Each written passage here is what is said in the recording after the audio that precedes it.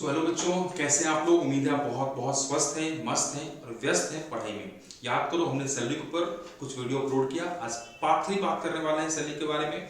और आज हम डिस्कस करने वाले हैं मोस्ट इंपॉर्टेंट टॉपिक, इसका नाम है प्रोविडेंट फंड। जब आप एग्जाम में नंबर करने जाओगे, एग्जाम में जो नंबर मिलेगा उसमें बहुत सारे 7-8 आइटम्स का कॉम्बिनेशन होगा। जैसे बेसिक सैलरी होगी, कुछ अलाउंसेस होंगी, कुछ परक्यूसाइड्स होंगी, एक प्रोविडेंट फंड पक्का उसमें रहेगा। सो लेट्स बिगिन और चेक करते हैं प्रोविडेंट फंड क्या है, इसके अकाउंटिंग ट्रीटमेंट, सॉरी टैक्सेबिलिटी कैसे होती है। तो पहले आते हैं इसके मीनिंग में। प्रोविडेंट फंड क्या है, देखो, जो नॉर्मली एक इन्वेस्टमेंट फंड है जो वॉलंटरली एस्टेब्लिश करता है employer for employee to serve as long as the term saving to support employees retirement. मतलब मान लो सपोज मेरे पास कोई व्यक्ति काम करने आया और मैं उसे अपने पास बहुत दिन रखना चाहता हूँ बिकॉज टैलेंटेड आदमी है और मुझे लगता है कि ये काम का आदमी है। और जनरली देखना, जब एक आदमी काम कर रहा होता है, जब तक वो जॉब में है, उसे he will get the salary. लेकिन जैसे ही वो रिटायर करता है, उसकी सोर्स ऑफ इनकम बंद हो जाती है। तो उसके रिटायरमेंट पार्ट को, पोस्ट सर्विस पार्ट को सपोर्ट करने के लिए एम्प्लॉय क्या करता है, अपने पास कुछ पैसे और कुछ एम्प्लॉय के पैसे ही जमा कर, एक दोनों मिलकर जमा करते हैं एक जगह में, एक फंड में, और उस फंड को रिटर्न कर दिया जाता है जब वो एम्प्लॉय रिटायर करेगा। इस प्रोसेस को हम बोलते हैं प्रोविडेंट फंड। ओके, तो प्रोविडेंट फंड क्या है? एक ऐसा स्पेशल फंड है जो एक रिटायरमेंट सेविंग प्लान है for salaried employee who work for a company with 20 और more employees. Okay, provident fund हमने क्या पढ़ा? एक इन्वेस्टमेंट फंड है, जॉइंटली एस्टेब्लिश करता है एम्प्लॉयर एम्प्लॉय मिलके। ये क्रिएट क्यों करते हैं? सोशल सिक्योरिटीज के लिए, ताकि रिटायरमेंट के बाद एम्प्लॉय को नेक्स्ट जो लाइफ है वो अच्छी रहे, because source of income retirement में बंद हो जाती है, सैलरी मिलनी बंद हो जाती है। सेविंग हैबिट क्रिएट होगा लोगों में। अगर मान लो प्रोविडेंट फंड, देखो प्रोविडेंट फंड तीनों को फायदा है। एम्प्लॉयर को फायदा क्या है? देखो नॉर्मली एक मान लो तुम्हें एक जॉब करना है, दो ऑप्शन है, X company Y company. X company salary दे रही है, बस रिटायरमेंट के बाद तुम्हें कुछ एक्स्ट्रा पैसा नहीं दे रही है। वाई कंपनी सैलरी भी दे रही है और बोलते रिटायरमेंट के बाद तुम्हें एक लंप सम भी दूंगा so that you can your retirement life would be better. सोच के बताओ मुझे, तुम कहां काम करना चाहोगे? यस, योर आंसर इज बिल्कुल बिल्कुल सही। हम वही काम करना चाहेंगे जहां पर रिटायरमेंट के बाद मुझे लंप सम मिलना है, यानी कि वाई कंपनी में। ठीक है, अब यहां पर एम्प्लॉयर तुम्हारे बदले जमा कर, तुम्हारे सैलरी से भी कुछ काट के जमा कर रहा है, बट अल्टीमेटली एक फंड जमा होते जा रहा है। तो एम्प्लॉयर को फायदा है, जो टैलेंटेड पीपल है वो उसके पास रिटेन होके रहते हैं। एम्प्लॉय को फायदा यह है कि एम्प्लॉय को लंप सम अमाउंट मिलता है आफ्टर द रिटायरमेंट, और ये सारा का सारा फंड मार्केट में एक जगह इन्वेस्ट होता है, इससे गवर्नमेंट को फायदा है। लोगों में सेविंग हैबिट डेवलप होती है, तो ये गवर्नमेंट को फायदा है। तो ये तीनों को फायदा है, एम्प्लॉयर को भी, एम्प्लॉय को भी है, गवर्नमेंट को भी। ये जब भी हम कैलकुलेशन करेंगे, याद करो, यहां सैलरी का meaning of basic plus commission turnover plus एक और डीए एंटर्स। ये डीए एंटर्स क्या होता है, अलाउंसेस वाले चैप्टर में पढ़ेंगे। फिलहाल इसका नाम होता है डियरनेस अलाउंसेस, हम डिटेल पढ़ने वाले हैं। अभी मान लो कि डीए अलाउंसेस एक एडिशनल सैलरी होता है। प्रोविडेंट फंड कितने टाइप का होता है? तो जनरली प्रोविडेंट फंड 4 टाइप का होता है। एक को हम बोलते हैं रिकॉग्नाइज्ड प्रोविडेंट फंड, पढ़ेंगे क्या होता है, अनरिकॉग्नाइज्ड, स्टैट्यूटरी प्रोविडेंट फंड और public provident fund, RPF, URPF, SPF and PPF. तो पहले आते हैं, ये रहा इसका मीनिंग। रिकॉग्नाइज्ड प्रोविडेंट फंड क्या है? एक ऐसा फंड जो कि एस्टेब्लिश किया गया है और उस एस्टेब्लिशमेंट को रिकॉग्नाइज करता है कौन? Commissioner of income tax. उसको हम बोलते हैं recognised provident fund. To be recognised, तुम्हारे फॉर्म में 20 से ज्यादा वर्कर काम करने चाहिए और पीएफ एक्ट का गाइडलाइंस तुमको फॉलो करना होगा। इससे अब मान लो सपोज मैं तुम्हें कुछ काम करने बोलता हूं, मेरे हिसाब से एक ऐसा काम करो और तुम मेरी बात मान के वो काम कर रहे हो, तो obviously I will get some benefit to you. लेकिन मैं एक काम बोलता हूं, तुम मेरे हिसाब से नहीं करो, अपने हिसाब से काम करना चाहते हो, तो I am not interested in job. Similarly अगर एम्प्लॉयर देना तो चाहता है लेकिन वो अपने हिसाब से फंड एस्टेब्लिश करता है, कमिश्नर ऑफ इनकम टैक्स उसको रिकॉग्नाइज नहीं करता, उसको बोलते हैं अनरिकॉग्नाइज्ड प्रोविडेंट फंड। दोनों फंड में फर्क समझ में आया? रिकॉग्नाइज जिससे कमिश्नर ऑफ इनकम टैक्स ने रिकॉग्नाइज कर रखा है कि यहां जमा करोगे you will have the some tax benefit. Unrecognised जमा करते हो you will not have any taxability benefit for both employer as well as employee. Next है स्टैट्यूटरी फंड। ये एक प्रोविडेंट फंड बना था 1925 में। दो बेसिकली फंड है, एक तो है 1952 में बना और 1925 बना। ये government employees, universities, recognised education institution, इनके लिए बनाया गया था। यहां पे लोग पैसे डालते हैं जिसको हम जीपीए भी बोलते हैं। पब्लिक प्रोविडेंट फंड क्या होता है? एक ऐसा फंड जहां पर इट इज फॉर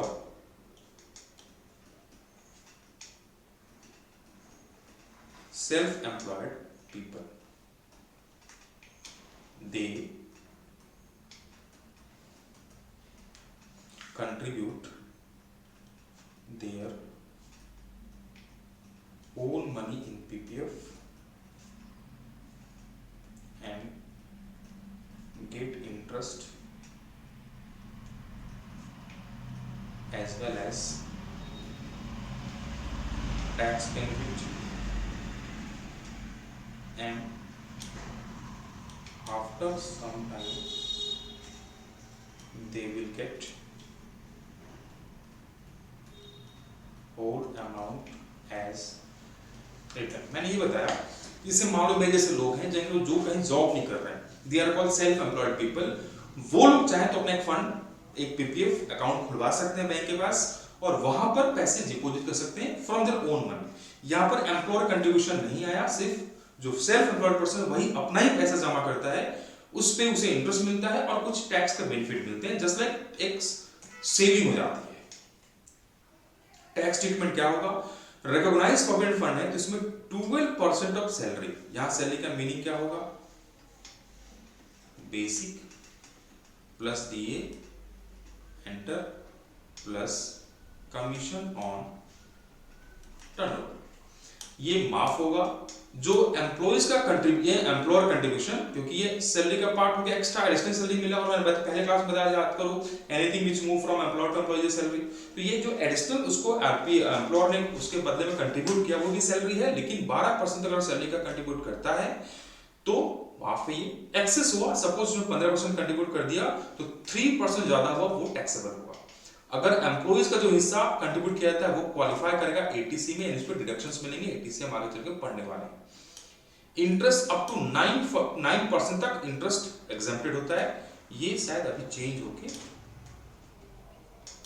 9.5%। रिफंड जिस दिन उसे रिफंड मिलेगा आफ्टर 5 इयर्स, सारा का सारा अमाउंट एग्जेम्प्टेड होगा।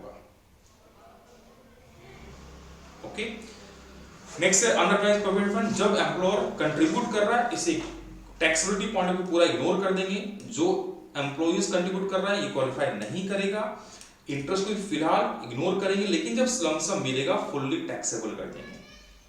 ठीक है, statutory provident fully exempted, employees contribution qualify भी करेगा, इंटरेस्ट क्रेडिटेड वो भी फुल एग्जेम्प्टेड है, रिफंड फुल एग्जेम्प्टेड है। पीपीएफ में ये जो बताया normally doctor, CA, self employed people लगाते हैं, तो इसका अमाउंट क्वालिफाई करता है एटीसी में डिडक्शंस के लिए, इंटरेस्ट फुल एग्जेम्प्टेड होता है।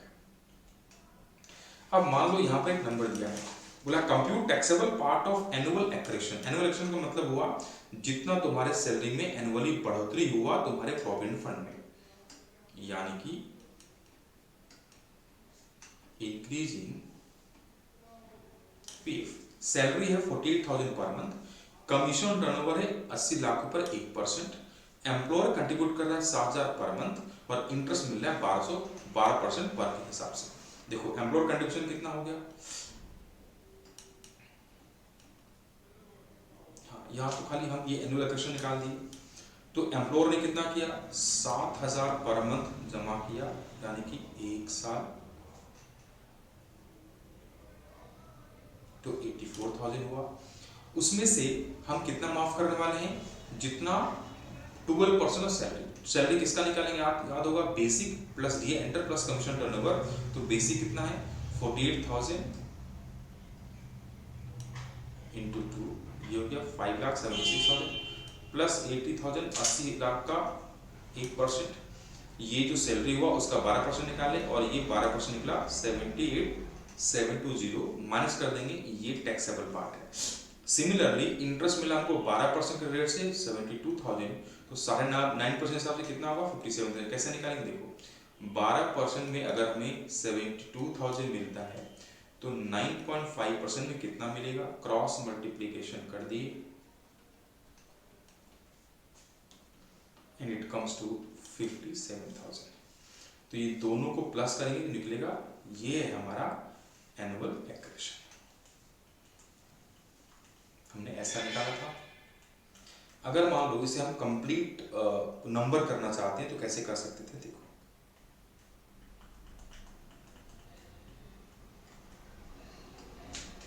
तो अगर हम कंप्लीट नंबर करना चाहते थे तो बेसिक सैलरी 48,000 इंटू 12 बेसिक के नाम पे हमें सैलरी मिला 5,76,000। हमें कमीशन मिला 80,000 और क्या मिला, बस। और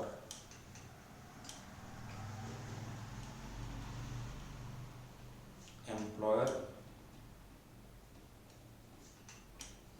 contribution to RPF 84,000, less exempted, and it comes to 78,720.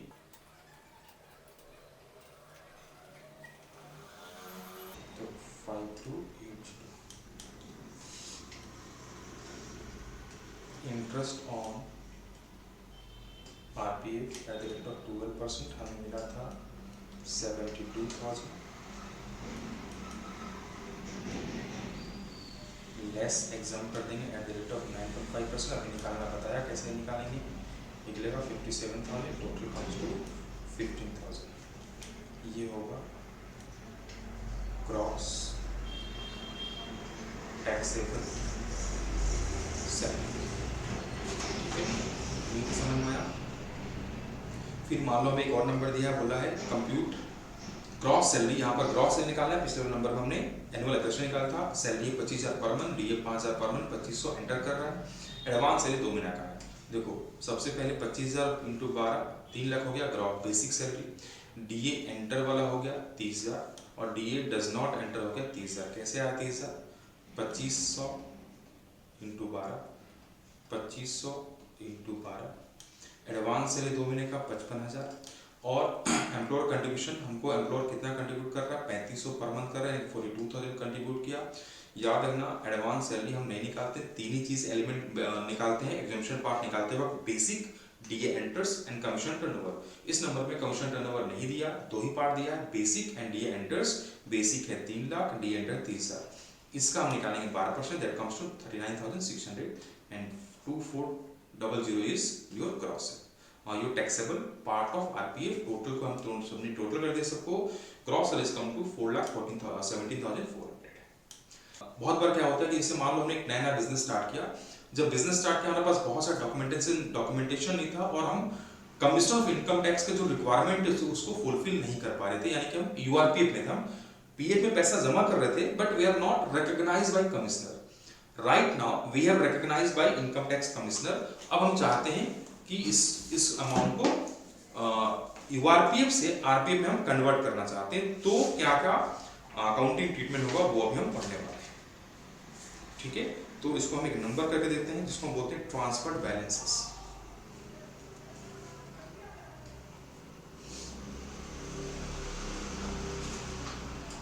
तो हमने क्या सीखा, टॉपिक का नाम है ट्रांसफर्ड बैलेंस।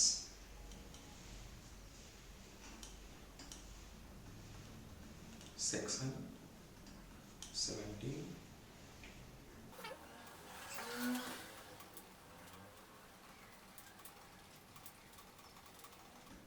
तो बताया कि जब कोई भी बिजनेस यूनिट नया होता है और उसके लिए बहुत सारे पेपर्स मेंटेन करना डिफिकल्ट होता है तो वो URPF में चल जाता है। लेकिन आज मान लो कुछ टाइम बाद कंपनी लगता है कि अब हम सब कुछ सेटल्ड हो गया and now we can shift from URPF to RPF, then taxability क्या होगी वो हम डिस्कस कर रहे हैं। So how much portion of URPF, portion of, यहाँ बेटा लिखते हैं credit balance of URPF is taxable when transferred from URPF to RPF। पहला ट्रांसफर होगा, जो टैक्सेबल होगा एम्प्लॉयर्स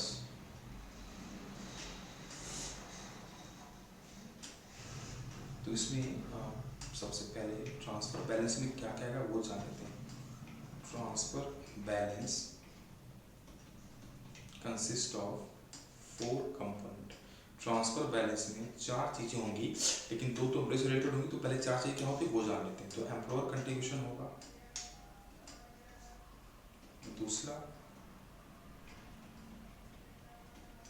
एम्प्लॉयज कंट्रीब्यूशन होगा, एम्प्लॉयर कंट्रीब्यूशन, एम्प्लॉयज कंट्रीब्यूशन, तीसरा इंटरेस्ट ऑन एम्प्लॉयर कंट्रीब्यूशन, चौथा इंटरेस्ट ऑन एम्प्लॉयज कंट्रीब्यूशन। अब देखो, जो एम्प्लॉयज कंट्रीब्यूशन है वो तो अल्टीमेटली टैक्सेबल होता नहीं है, तो सबसे पहले क्या करेंगे, on employer contribution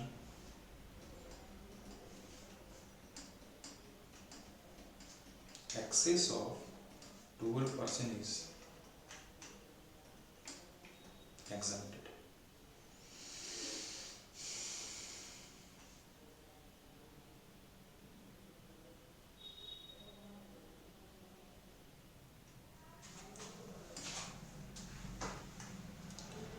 So exempted and taxable. And interest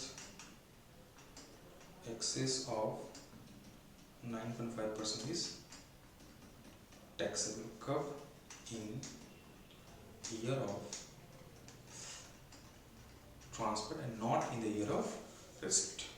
तो इस पे एक नंबर कर लेते हैं। देखो, बोला है mister x joint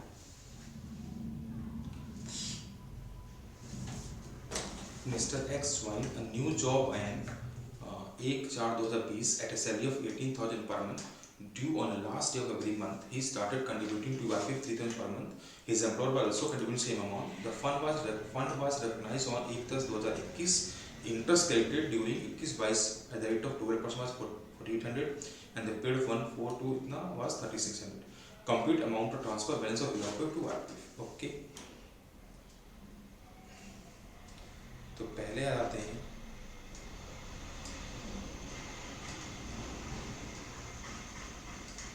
previous year 2021 से 2020-21।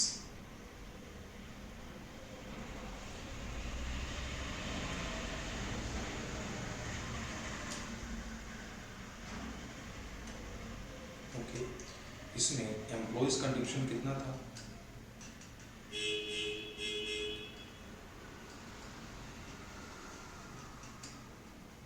एम्प्लॉयज कंट्रीब्यूशन था 3,000 into 12 यानी कि 36,000।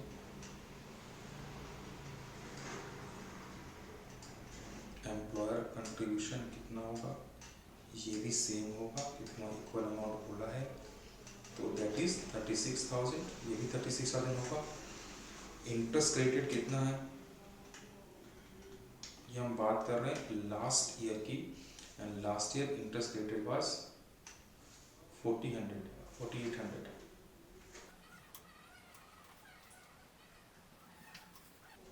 और प्रीवियस ईयर 21-22 यहाँ पर ओनली 6 मंथ्स का कंट्रीब्यूशन हुआ, तो एम्प्लॉयज कंट्रीब्यूशन हुआ 3,000 into 6 यानी कि 18।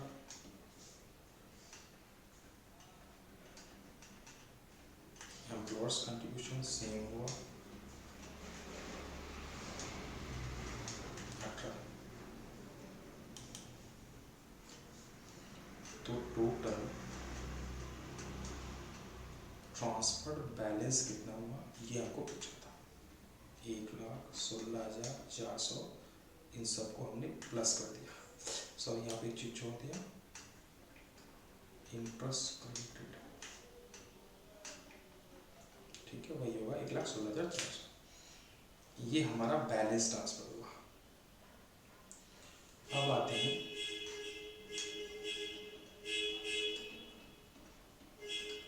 देखो एम्प्लॉयर्स कंट्रीब्यूशन कितना हुआ, ये प्रीवियस ईयर 2020-21 की बात कर रहे हैं, दिस इज 36,000, लेस कर देंगे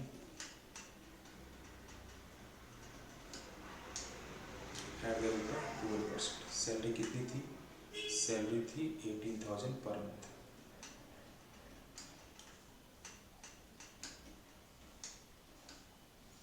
ये निकला 2,16,000 साल भर की सैलरी इंटू इसका 12% and comes to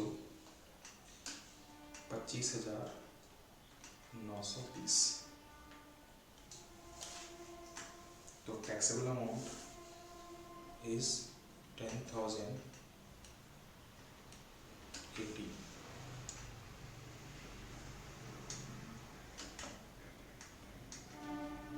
Interest credited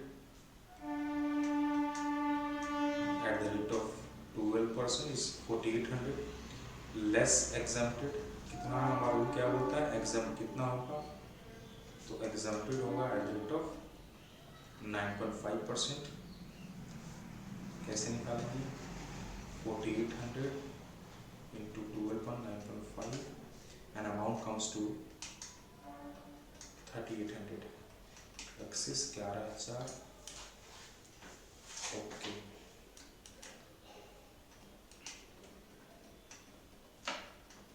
अब आते हैं previous year 2021-22।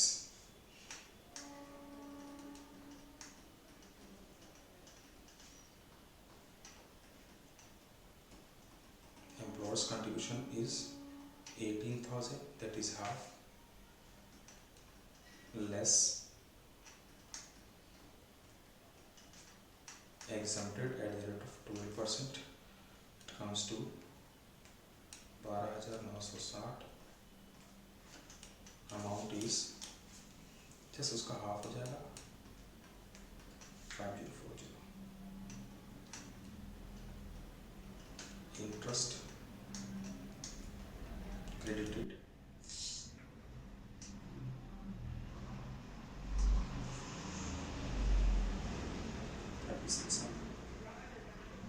Less accepted at the rate of 9.5% बताया था, क्रॉस मल्टीप्लाई करके निकालेंगे एंड इट कम्स टू 28,050।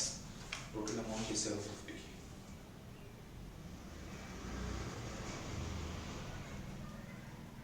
अब टोटल कर दो तो निकलेगा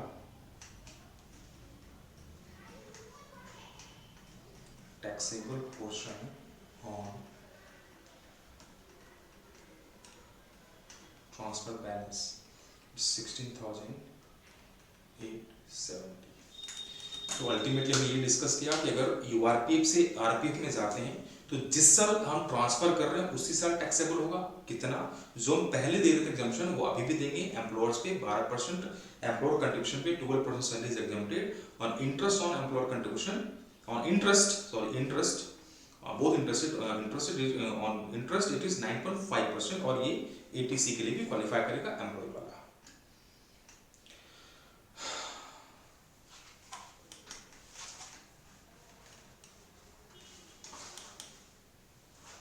देखो नेक्स्ट बोला है कि mister R was working with a company at a salary of 1,18,000 per month, same था, लेकिन अगर मान लो we let the job and receive 2,60,000 as refund from URPF, refund मिला तो क्या करेंगे, उसका टैक्स स्टेटमेंट क्या होगा वो हम पढ़ने वाले हैं।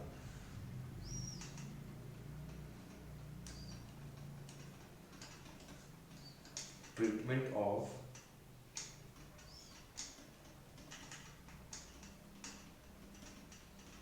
amount received as a refund of URPF। तो पहला income under the head, salary में कितना टैक्सेबल होगा, जो भी एम्प्लॉयर का कंट्रीब्यूशन था दैट इज टैक्सेबल। देखो फिर से बता रहा हूँ कि इसने एक आर नाम का पर्सन था जो काम कर रहा था और उसका कंट्रीब्यूशन था यूआईपीएफ में, जॉब लेफ्ट किया 260 मिला, 1,12,000 ओन कंट्रीब्यूशन था, 1,12,000 एम्प्लॉयर्स कंट्रीब्यूशन था। तो ये जो एम्प्लॉयर कंट्रीब्यूशन था 1,12,000 ये सैलरी हेड में टैक्सेबल होगा। साथ में इंटरेस्ट ऑन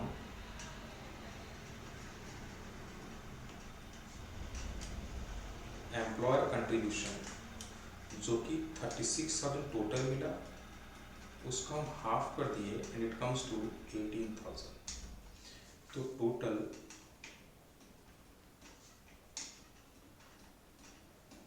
टैक्सेबल अंडर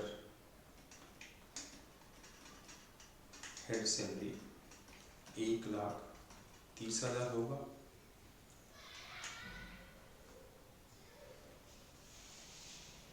और इनकम फ्रॉम